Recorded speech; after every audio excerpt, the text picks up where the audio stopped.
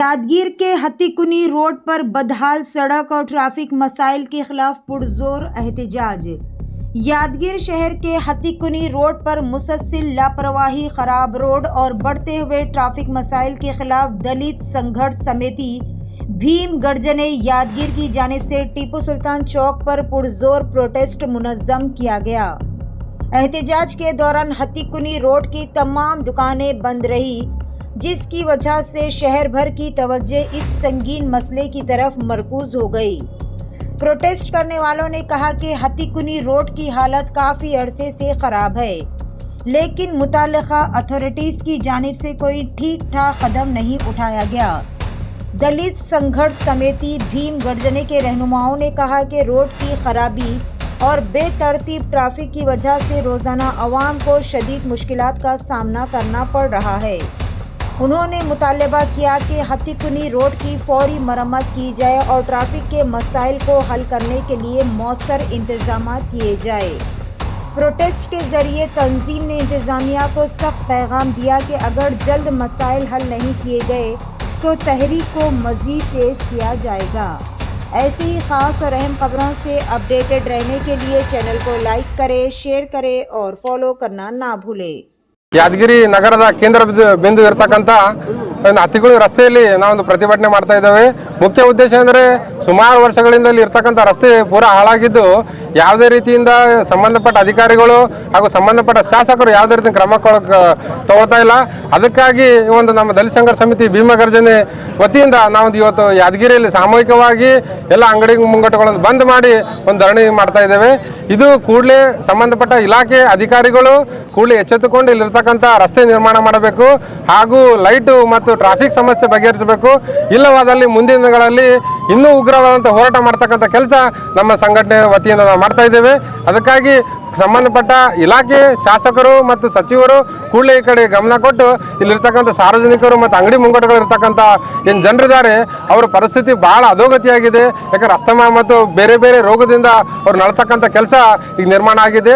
ಅದಕ್ಕಾಗಿ ನಾವೊಂದು ಈ ಒಂದು ಹೋರಾಟ ಇವತ್ತಿನ ದಿನ ನಾವು ಇಲ್ಲಿ ಬಂದ್ ಮಾಡಿ ರಸ್ತಾ ರೋಕ್ ಮಾಡ್ತಕ್ಕಂಥ ಕೆಲಸ ಮಾಡ್ತಾ ಇದ್ದೇವೆ ಬಂಧುಗಳೇ।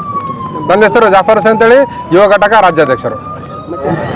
यहाँ पर हमारे पास हत्तीकुनी रोड पे जो रोड है, ये रोड को जाने के लिए कोई रास्ता नहीं है और ना तो भी क्या है मालूम है कोई इंतज़ाम है। हम पिछले 15 साल से 20 साल से क्या है मालूम हमेशा बोल रहे, टीएमसी वालों को बोल रहे, पीडब्ल्यूडी वालों को बोल रहे, कोई हमारी बात को सुनने तैयार नहीं। खाली बोलते कि बजट आता, आया तो बनेंगे, आया तो करेंगे, यही बोलते। यहाँ पे ड्रेन का पानी पूरा रोड पे से क्या है मालूम है दुकानों के अंदर चले जा रहा, जाने की वजह से कारोबार खत्म हो जा रहे।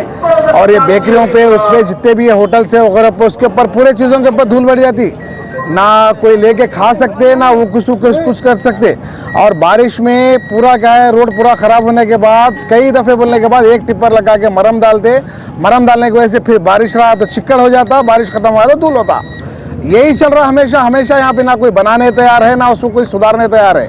और बड़े गाड़ियों को ऑलरेडी उसको हाईवे रोड उधर से बाहर से बाईपास रोड देने के बाद भी टैंकर्स पूरे क्या मालूम यहाँ से आते, मलखेड़ के हो या सेडम के हो या वाड़ी के हो, पूरे क्या मालूम है क्रेशर्स यहाँ से रायचूर चले जाते, यही रोड पे आते। जबकि उनको बाईपास दिए, उनको वहाँ से जाओ पेट्रोल पंप के पास से नहीं जाते, उन्होंने यहाँ से जाते। यहाँ जाने के बाद से पूरा रास्ता बंद हो जाता, लारियाँ पूरे आ जाते। लारियाँ आने की वजह से क्या मालूम है पूरा रास्ते में पूरा ट्रैफिक है। एक तो यहाँ पे कारोबार खराब है, सब खराब है। तो ये रोड को जितना हो सके उतना इंप्रूवमेंट करो, यहाँ का ख्याल करो। धन्यवाद। में फास्ट करो। मेरा नाम मोहम्मद हुसैन खान, मेरा फैब्रिकेशन वर्कशॉप है हत्तीकुनी रोड पे। ಯಾದಗಿರಿ ಹತ್ತಿಕುನಿ ರೋಡ್ ರಸ್ತೆ ಇದು ಬಿದರ್ ಹೈವೇ, ಯಾದಗಿರಿ ಬಿದರ್ ಹೈವೇ ಇದು। ಬಿದರ್ ಹೈವೇ ಸುಮಾರು ವರ್ಷಗಳಿಂದ ಇದೆ। ಹೆಂಗಂದ್ರೆ ಮೊದಲೆಲ್ಲ ಗುಂಡಿಗಳು ಬಿದ್ದು, ಮಳೆಗಾಲದಲ್ಲಿ ಗಾಡಿ ಹೋಗಿ ಗುಂಡಿಗಳು ಬಿದ್ದಿದ್ವು। ಅದ ನಂತರ ಅದನ್ನು ಮುಚ್ಚೋಕೆ ಏನು ಮಾಡ್ರು, ಮರಮ್ ತಂದು ಹಾಕಿದ್ರು।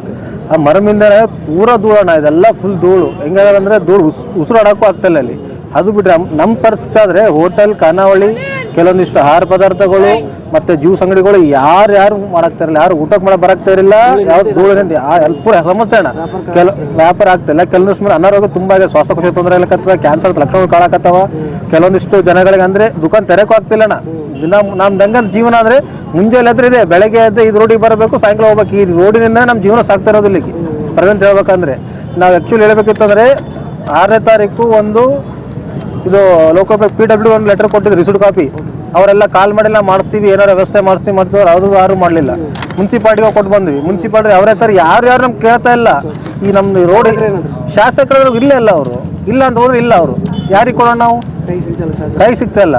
ಇವರಿದ್ರು ಅಧಿಕಾರಿಗಳು ಕೊಡ್ಬೋ ಅವ್ರು ಯಾರು ನಮ್ಗೆ ಕೇಳ್ತಾ ಇಲ್ಲ. ನಮ್ದು ಯಾವ ತರ ಪಾಡಾಗಿದೆ ಅಂದ್ರೆ ನಾಯಿ ಪಾಡಿಗೆ ನದ್ದಾಗಿದೆ ಈ ರೋಡ್ ರಸ್ತೆ. ನಾವು ವ್ಯಾಪಾರ ಮಾಡೋರು ಇದ್ದವರು ಧೂಳಿನ ತೊಂದರೆ, ವ್ಯಾಪಾರ ಅಲ್ಲಣ್ಣ ನಮ್ಮ ಮನುಷ್ಯರ ಬಾ ತೊಂದರೆ ಆಗ್ಯದ, ವ್ಯಾಪಾರ ಪೂರಾ ತೊಂದರೆ, ನಮಗೂ ತೊಂದರೆ, ವ್ಯಾಪಾರ ಮಾಡೋಕ್ಕೂ ಬಂದರೂ ತೊಂದರೆ. ಹಾಗಾಗಿ ಏನು ಮಾಡಿ ರೋಡ್ಗೆ ಯಾರು ಬರ್ತಾ ಇಲ್ಲ. ಅದು ಟ್ರಾಫಿಕ್ ಇಷ್ಟು ಸಣ್ಣ ದಾರಿ ಅಣ್ಣ, ಬಸ್ಗಳು ಹೈದ್ರದ್ದು ಸೇಡಮ್ಮ ಹೆವಿ ಹೋಗುತ್ತಾ, ಈ ಬಸ್ಗಳು ಬರೋದ್ರಿಂದ ಆಟೋಗಳು ಹೋಗೋದ್ರಿಂದ ಪೂರಾ ಜಾಮ್. ಆದರೆ ಹೆವಿ ಲಾರಿಗಳು ಬರ್ತಾರೆ, ಲೋಡ್ ಲಾರಿಗಳು ಬರ್ತಾವೆ, ಆ ಲಾರಿಗಳು ಬರೋದ್ರಿಂದ ರಸ್ತೆ ಪೂರ ಅಡೆಗಟ್ಟು ಹೋಗಿದೆ. ಸುನಿಲ್ ಕುಮಾರ್ ಚಿಂತಾಳಿ.